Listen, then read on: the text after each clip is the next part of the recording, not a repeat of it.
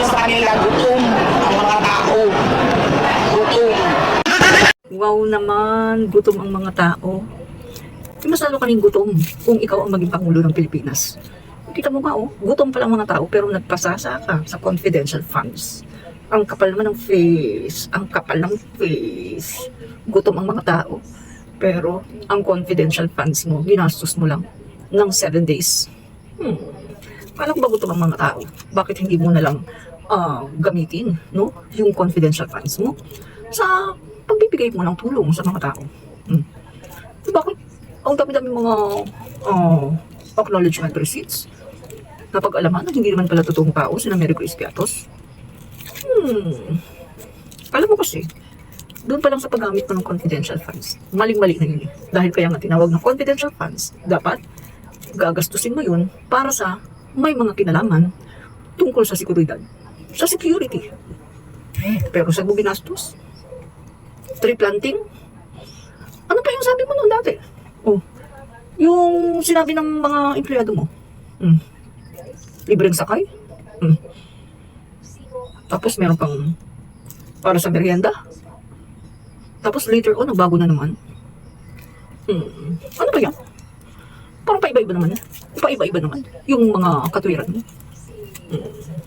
Hanggang sa nagbago-bago na, kesyo meron kayong youth summit na ginastusan ng ganito, ilang milyon, pagkatapos kamukat-mukat mo, nagkaroon ng hearing sa Congress, yung AFP mismo ang nagsabi, Armed Forces of the Philippines mismo nagsabi, na wala silang natanggap kahit 5 na galing sa'yo o sa departamento mo.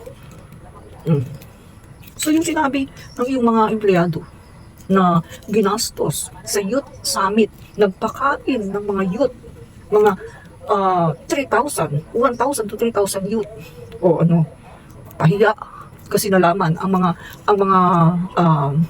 mga officials mismo ng AFP ang nagsabi na hindi daw totoo.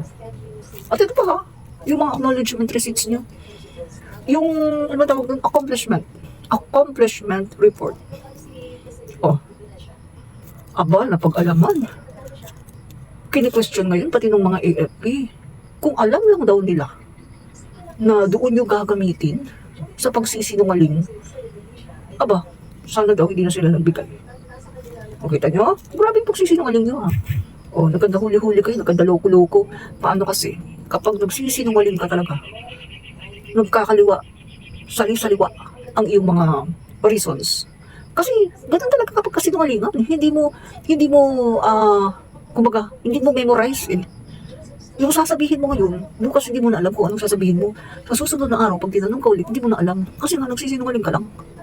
Hindi katulad ng kapag totoo yung sinasabi mo, kahit na pagbalik-balik ta rin man, patambling-tamblingin ka man, at patulugin ka man, alam mo pa rin kung anong sasagot mo.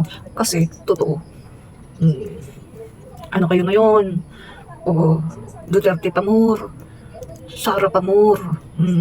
Kapag ikaw talaga naging Pangulo ng Pilipinas, gutom na gutom ang mga tao. Parang katulad sa tatay mo, di ba? Hello, buti sana kung hindi natin na-experience ang sobrang gutom ng tatay mong nakaupo. At ito ang sabi ng mga political analysts, ang kagutuman na naramdaman ng mga taong bayan sa panahon ng tatay mo, hindi na dahil sa pandemic, kundi dahil sa pagka-inutil ng gobyerno ng tatay mo. Inutil. Kita mo nga, di ba? Community pantries, nagsulputan ang mga community pantries. Kung hindi ba naman inutil ang tatay mo, hindi magsisulputan yung mga yan. Kaso inutil nga yung administrasyon niya. Mas inuna pa ang paglalagay sa bulsa kaysa pagtulong at pamimigay ng mga ayuda sa mga tao na nilockdown niya at nawala ng trabaho. My God! Kapag nilockdown mo, ang mga tao na wala ng trabaho, responsibilidad mo pakainin ang mga tao. Kung hindi mo naman pala kayang pakainin ang mga tao, bakit mo nilockdown? Ay, inutil. Ang inutil mo inot. Pag-isip ka. Buti sana kung hindi namin nalaman kung paano mamuno ang isang Duterte na Pangulo. Alam na namin at hindi na kami magpapabudol pa. The majority of the Filipino people, hindi na kami magpapabudol pa sa isa pang Duterte dahil alam na namin kung paano mamuno ang isang Duterte. At syempre, hindi namin gusto Kasi nga, gutom na gutom ang taong bayan sa panahon ng tatay mo. Pati ang mga drivers na mamalimos sa lansangan. Pati ang mga bigas. Ang mahal-mahal na, umabot ng 70 pesos hanggang 100. Mahal na. Wala pang stock. Mahal na. Wala pang nabili. Eh, okay lang sana kahit mahal. Basta may mabili. Kaso wala eh. O kita mo yung mga restaurant na nag-only rice sa panahon ng tatay mo, hindi nag-only rice. Nag-ano sila, naglelo. Yung pati yung mga gumagawa ng mga kakanin, naglelo. Kasi nga, ang mahal ng bigas. Gasolina, ay nakasobra. Ang mahal ng gasolina, halos umabot sa 100. My God! Pero ngayon, may makikita ka, 52 pesos. Yung pumunta nga lang kami ng Camsur, syempre dumadaan kami sa mga gasoline station kasi umiihi. May nakita ako, 52 pesos. May 56. Mura. Alam mo, hindi ko talaga makalimutan na sa panahon ng tatay mo, grabe talaga gasolina ang mahal. Hindi ko talaga makalimutan yan. Sabi ko kasi, di ba, the worst president I've ever experienced in my whole life. Ako sa totoo lang galit ako sa mga dilawan nun. Galit talaga ako dahil sa ginawa nila sa Marcos.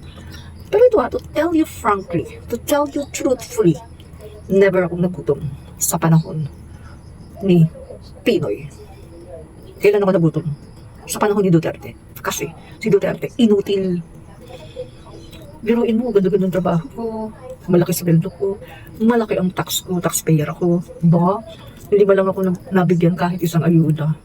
Naubos na lang yung salary ko, naubos na lang yung pera na nakalagay sa bangko.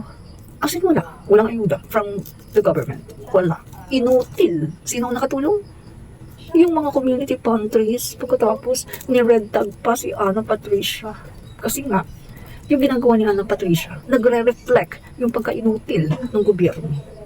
Kaya ayaw nila sa community pantry na inumpisahan ni Ana Patricia. Kaya kanilang niregtag at sinabihan na NPA daw, communist raw.